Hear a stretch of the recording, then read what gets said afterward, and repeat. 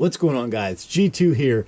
Welcome back to the channel, and today I'm going to show you how to build a hybrid golf club using components that you can get online and you can get for much cheaper than it would cost for you to buy one brand new at the store.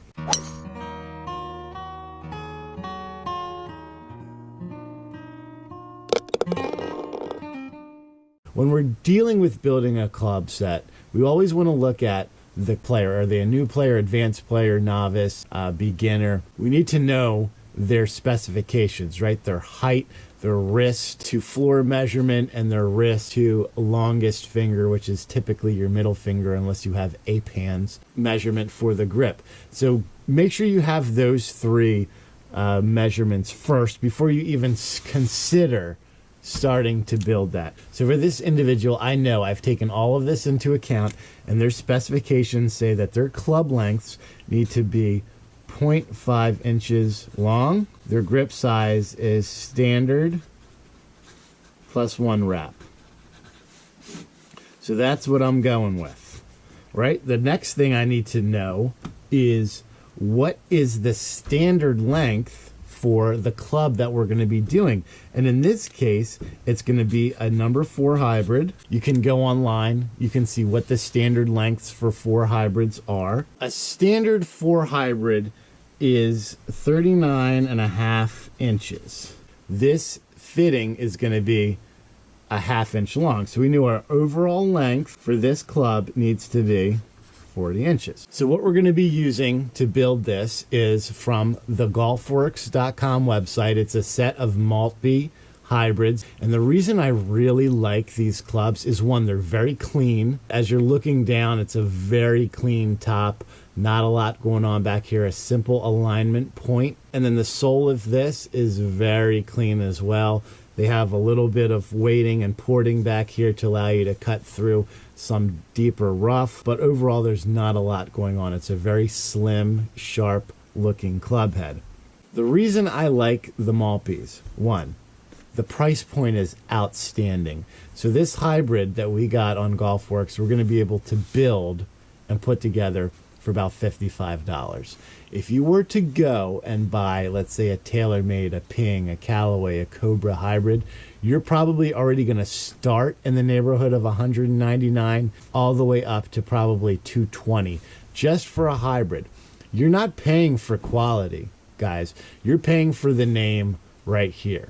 Okay? So whether it says TaylorMade, Callaway, Ping, Cobra, it doesn't matter. You're paying for advertisement, you're paying for research and development, you're paying for extremely amazing facilities that they use to test all of this stuff. And you're paying, most importantly, for the tour players who are sponsored by those manufacturers to play their equipment.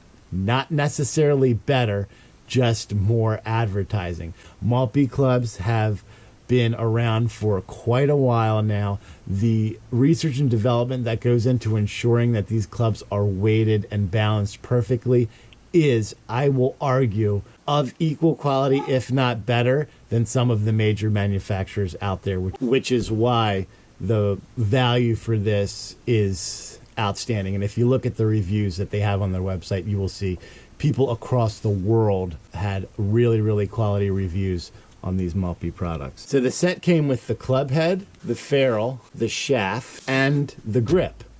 So you have everything that you need to put this club together. Now, when you're dealing with graphite shafts, it's a little different than if you were dealing with a steel shaft.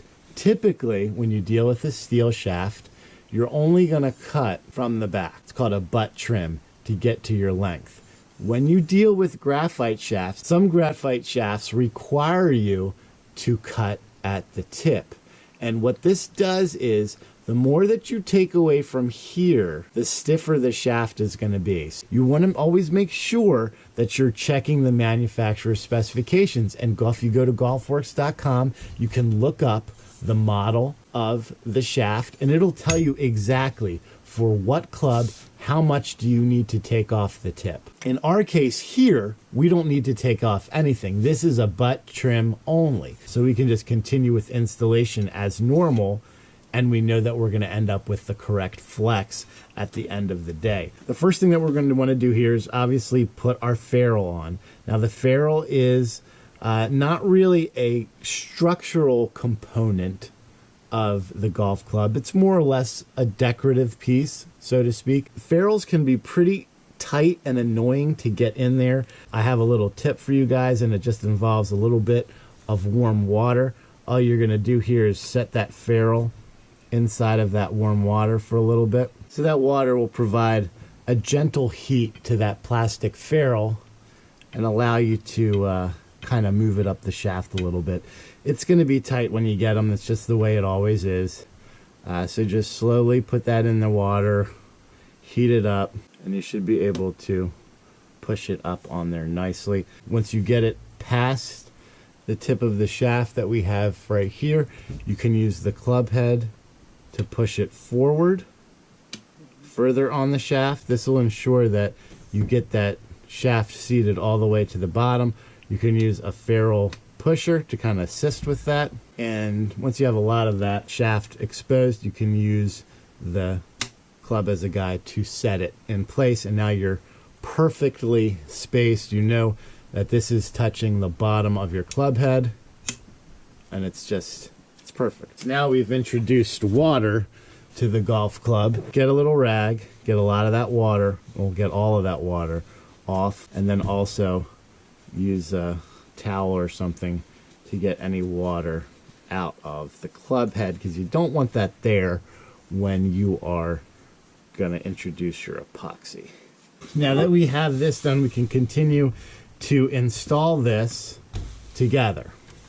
Now, one of the things that most people do not do when they build their own clubs, or they forget to do, I've even seen this with OEM manufacturers, and they forget to do this as well. So what you want to do, remember, glue works best on a non-smooth surface, right? Anyone who's glued anything together knows that a rough surface will hold that glue better.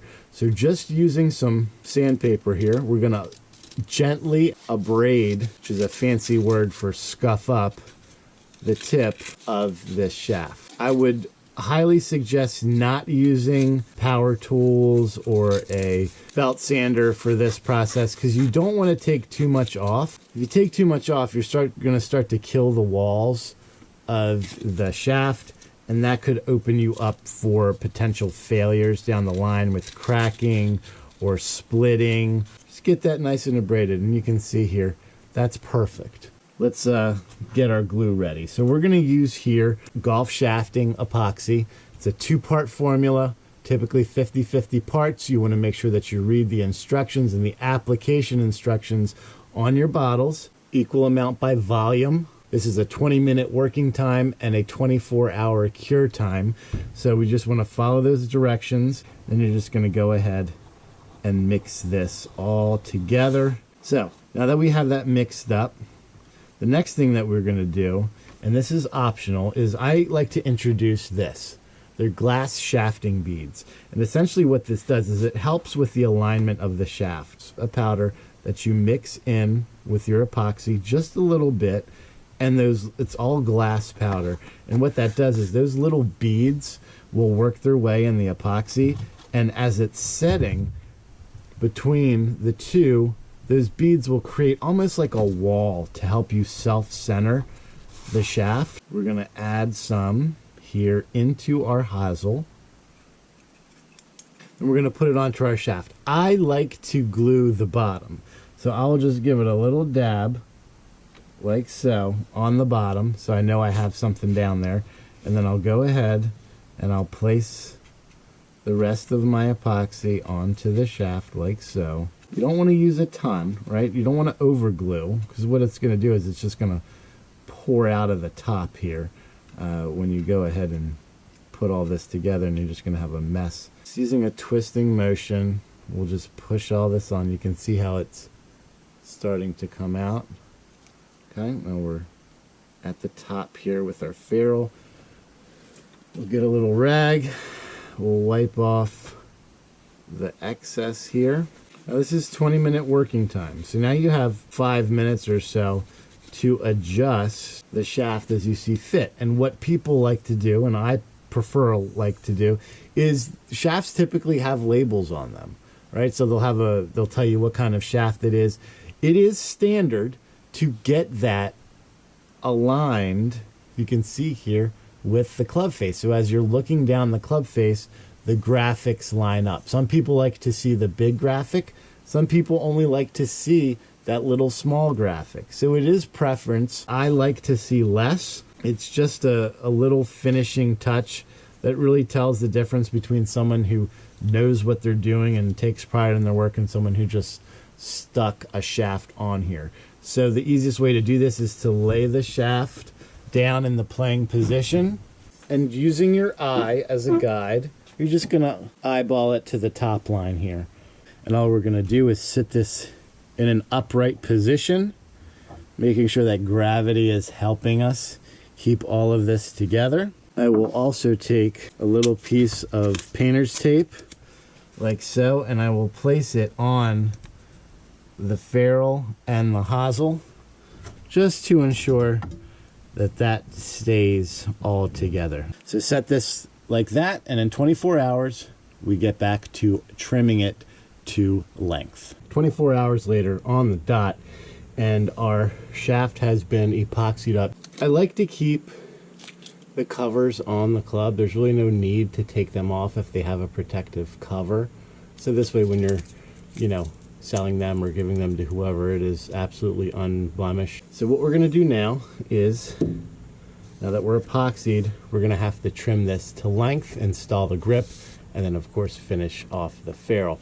Now, based on our measurements, we know the overall length of this hybrid is gonna be 40 inches. Make sure that you do your measurements beforehand. This should be the first thing that you do before you even start messing with any of this. So what I'll do is I'm gonna move you guys over to the cutting / grip bench, and I'll show you how we get that done. All right, so here we go. Here's our fitting up bench here. This is where we do our overall lengths, our measurements, and our re-gripping or gripping. What we use here is a Mitchell Golf Club length sole plate measure. The cool thing about this is just a single piece, and the ruler just fits right under there, nice and easy. This ensures you get accurate measurements every time. So the way that you measure overall length is by placing this in. It sits right there on the bottom, you can see. Get it squared up, and then as we look down here, we can go to our 40 inches where we're going to go, make our mark, and then cut. The next thing we're going to do is going into re-gripping. Now we're going to go through the process here in a minute, but I just want to go over some of the materials that I'm going to use. For our grip, it's a standard size lambkin crossline. And remember, for this we want to do standard +1 wrap. So that means a grip tape wrap and then an additional tape. So we're going to do this additional tape first, and then the grip tape over this layer. So when it comes to solvent, this is where I see the biggest issues when people do re-gripping. They get it all set up and then they go to put that grip in there and it goes halfway and it stops. It's happened to you, it's happened to everyone, it's happened to me. So there's a couple reasons why that's happening, really. One, you're using the wrong kind of solvent. Two, you're using not enough, chances are. Or three, your process may be a little wrong. This is the best grip tape solvent that I have ever used. I have had never one issue using this. Now when it comes to the length of the grip tape, how long should I make my grip tape length? Should I make it the length of my grip, right? Should we make it that long? Should it be longer? Should it be shorter? My advice to you is to, again, use some blue tape, especially if you're going to be doing a lot of these. This way you can be consistent. And then grab your grip, right, your start point, which we'll make right here. And we're going to put the end of our grip here, just about right to, they all have this little index point right here. That's kind of where I like to end the grip. Not all the way to the tip, just right to that index point. And then you're going to go all the way to the butt cap plus a little extra. You want it to hang over. So this is how long we want our grip tape to be. So let's head over to the regripping station and get this stuff on. So the regripping station is pretty standard. We have here our Golfworks grip vise or club vise that holds our club in here. It locks it down, ensure it doesn't rotate. We have our drip pan, and onto that drip pan we have a tube which goes down to our reservoir so we can save all of that solvent and reuse it for later. The solvent is good for a while. So we're going to set up our club inside of our holder here. Now when you're doing this, index the club so that it is straight up. You can do this by getting down at eye level and looking down the shaft of the club to get that top line perfectly vertical. Why is this important? One of the telltale signs of an amateur grip job is when your grips do not line up when you address the ball. So if you do this and set this up appropriately in the beginning, set it up so that top line, this right here, is perfectly vertical. That'll ensure that your grips will be on straight. Now we can add our build-up tape, our first wrap. As a gauge, I put my grip down. I kind of see where it's going to start. So we got our grip tape. This is our build-up tape. Remember, this grip is a +1 wrap. So we're going to put that wrap on there. We're just going to wrap it around. You take this extra and you pinch it and you place it on there. Now you've created a barrier for any foreign object to go into your shaft, whether it be water, dirt, whatever. So now we're going to get our grip tape. We're going to put it right on the same line. Okay, now the grip tape has two sides. It has a sticky side and it has this non-sticky side. It is in actuality double-sided sticky tape. So we're going to put our one side on. We're going to wrap it around. We're just going to peel away that outer layer. Just like so. Gone. Now we're going to do the same thing. We're going to pinch this end in and press it into the butt of the shaft. You've got your solvent. I put mine in a little squirt bottle, and we have our grip. You can take this off if you want. It's going to come off on its own. I'll show you. So we're going to shake our solvent up. This is where people really mess it up. Finger over that little hole right on the grip. Fill this guy up with solvent. Do not be cheap with the solvent. Okay? Finger over the top. Give it a little shake.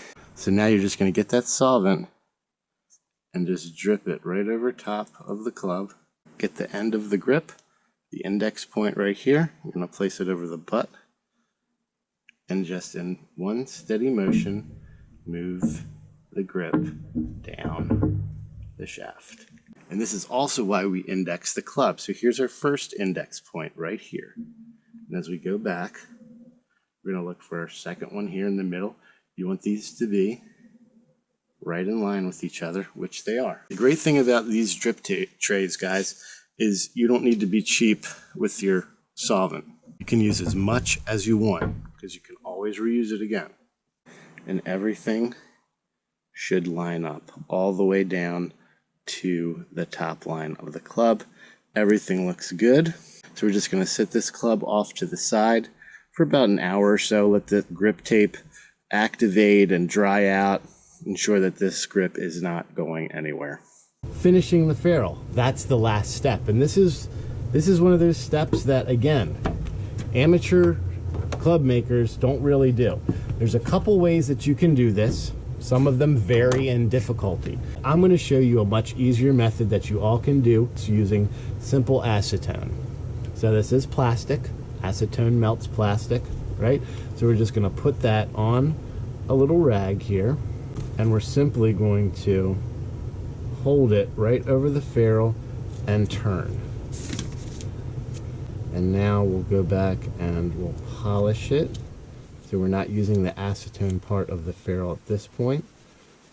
and just clean it up. Perfectly turned ferrule, nothing is hanging over, and it looks really nice and clean. One of the good things, if you have old ferrules that you want to refresh, this is a very easy method that you can do to refresh an old ferrule, and it takes literally no effort at all. So that's going to wrap up our hybrid build. Really happy with the way this came out. So until next time, make sure that you swing hard, just in case you hit it. G2 out.